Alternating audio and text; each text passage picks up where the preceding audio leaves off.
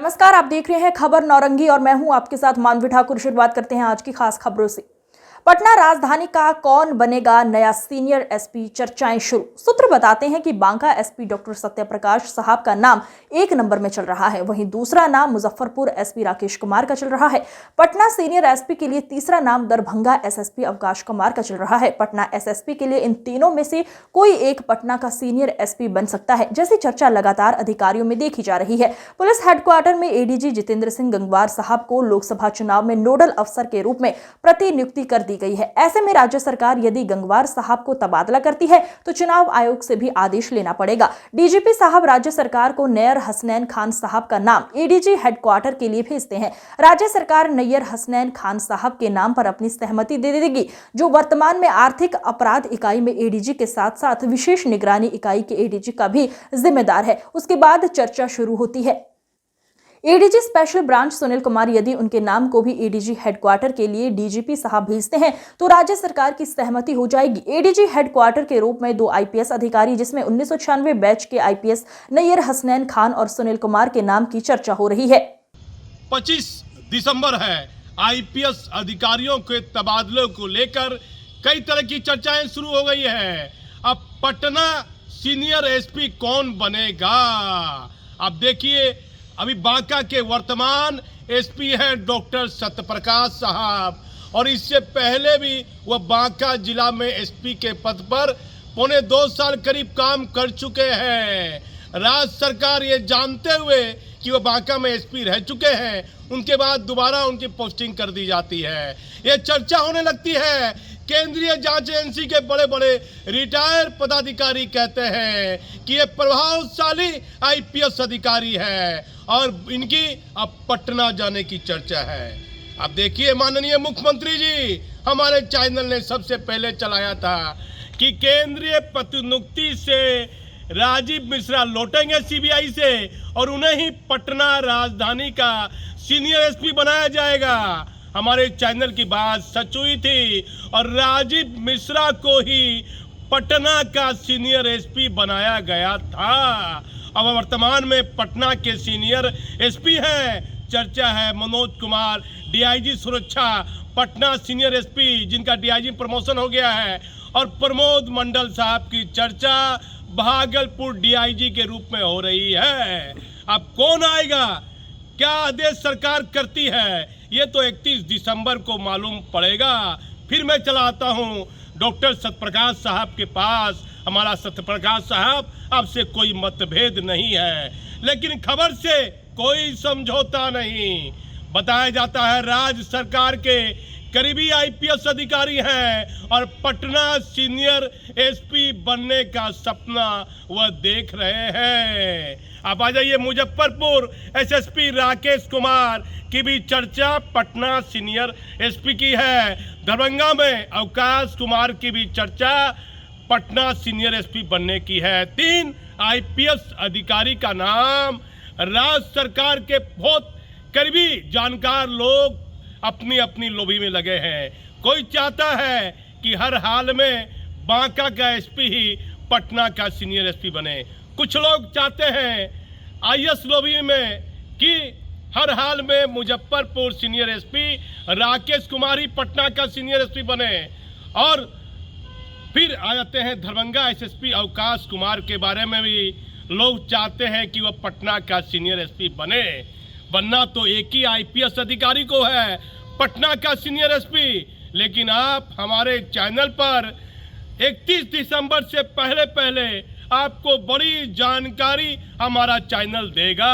आप आ जाइए, 1996 बैच के आईपीएस अधिकारी हैं नैयर हसनैन खान, मुजफ्फरपुर आईजी के बाद आर्थिक अपराध इकाई और विशेष निगरानी इकाई में उन्हें एडीजी बनाया गया। करीब 3 साल तक वो पद पर लगातार बने हुए हैं और ये 3 सालों के दौरान राज्य सरकार के बड़े बड़े अधिकारियों पर आर्थिक अपराध और विशेष निगरानी इकाई ने बड़ी बड़ी कार्रवाई की है। बताया जाता है एक पूर्व डीजीपी को भी हथकड़ी लगने की तैयारी चल रही है। अभी हम इसकी पूर्व डीजीपी के मामले में कोई खुलासा नहीं करेंगे, लेकिन नैयर हसनैन खान यदि एडीजी हेडक्वार्टर बनते हैं और डीजीपी साहब उनका नाम भेजते हैं तो नीतीश कुमार नैयर हसनैन खान के नाम पर किसी प्रकार की भी आनाकानी नहीं करेंगे। ये चर्चा है आईएएस और आईपीएस महकमे में, और नैयर हसनैन खान को एडीजी हेडक्वार्टर बनाया जा सकता है। और आर्थिक अपराध इकाई में जो बड़े बड़े आईपीएस अधिकारी अमित जी हैं 1998 बैच के, और कई बड़े बड़े लोगों की गर्दन फंसी हुई है आर्थिक अपराध इकाई में, उनको दिक्कत हो सकती है तो उनको आराम हो जाएगा। भाई नैयर हसनैन खान को हटा दिया गया, ये चर्चा है आईपीएस महकमे में। यदि नैयर हसनैन खान साहब का नाम एडीजी हेडक्वार्टर में रखा जाएगा तो राज्य सरकार कोई आनाकानी नहीं करेगी। एक नाम की चर्चा और हो रही है, वो भी 1996 बैच के हैं और बक्सर जिला के बेगन गोला थाना क्षेत्र के रहने वाले हैं सुनील कुमार, जो आरा एसपी रहे और मुजफ्फरपुर आईजी वो भी रहे हैं। कई महत्वपूर्ण रेंज में जिले में उनकी पोस्टिंग रही है। सुनील कुमार जो स्पेशल ब्रांच है, हर राज्य सरकार की स्पेशल ब्रांच में रहता है। एडीजी स्पेशल ब्रांच में है सुनील कुमार, उनको भी एडीजी हेडक्वार्टर बनाया जा सकता है। उनके नाम का भी प्रपोजल यदि डीजीपी साहब भेजेंगे तो आनाकानी नहीं होगी, क्योंकि जेएस गंगवार, जितेंद्र सिंह गंगवार साहब को क्या हटाया जाएगा। लेकिन फिर एक सवाल उठने लगा है, लोकसभा चुनाव को लेकर नोडल अफसर के रूप में जेएस गंगवार साहब के बारे में चुनाव आयोग का आदेश जारी हो गया है। ये लोकसभा चुनाव के नोडल अफसर है, ये आदेश जारी हो चुका है। तो ऐसी परिस्थिति में यदि नोडल अफसर बनने के बाद भी एडीजी हेडक्वार्टर जितेंद्र सिंह गंगवार को हटाया जा सकता है उनकी जगह से, तो चुनाव आयोग से फिर से आदेश लेना पड़ेगा। राज्य सरकार को फिर से एक आदेश चुनाव आयोग से लेना पड़ सकता है। अब जेएस गंगवार साहब उनको लोग क्यों हटाना चाहते हैं, ये कौन सी लोभी काम कर रही है, इस पर अभी हमारा चैनल कोई बड़ा खुलासा नहीं करेगा।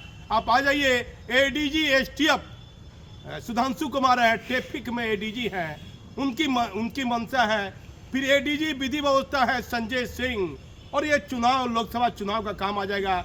एडीजी विधि व्यवस्था, एडीजी हेडक्वार्टर की जिम्मेदारियां बढ़ जाती है, तो एडीजी विधि व्यवस्था या एडीजी ट्रैफिक को एसटीएफ का एडीजी बनाया जा सकता है।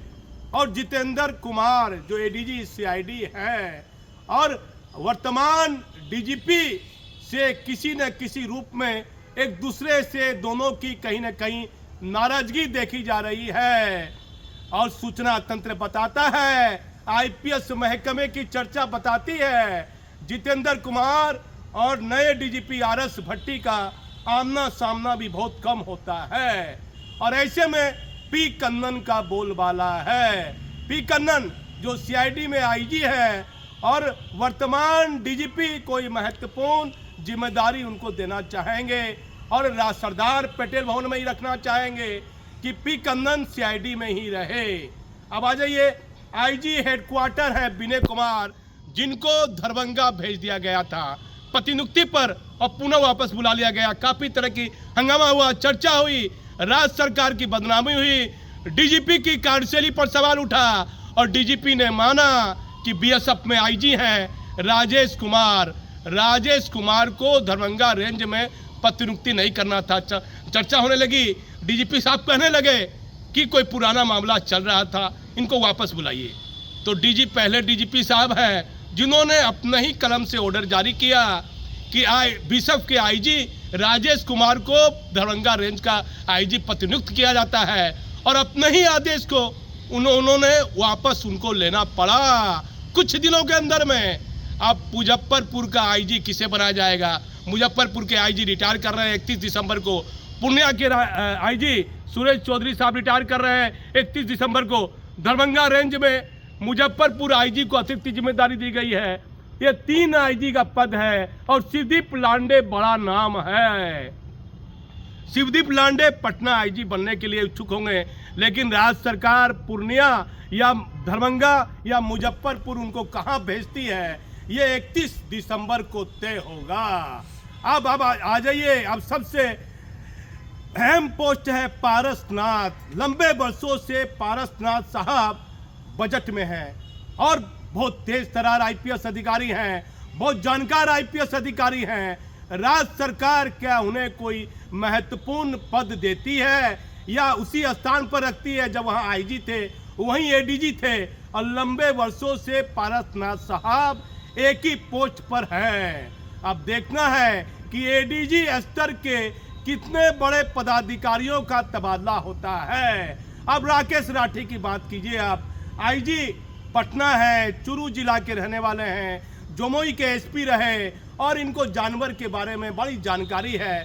बहुत तेज तरार आईपीएस है, गंभीर है और इनकी पोस्टिंग भट्टी साहब चाहेंगे कि सरदार पटेल भवन में आईजी हेडक्वार्टर राकेश राठी साहब रह चुके हैं, उनको दोबारा पटना आईजी का हेडक्वार्टर का पद या पी कंदन साहब को मिलेगा या फिर आईजी हेडक्वार्टर का पद राकेश राठी साहब को मिलेगा। तो आप हमारे चैनल पर बने रहिए। खबर और चर्चाएं पर हम आपको कई तरह की खबर दिखाते रहेंगे। आखिर ये पहला डीजीपी ऐसा नहीं है कि सरकार जिनकी बात नहीं मान रही है।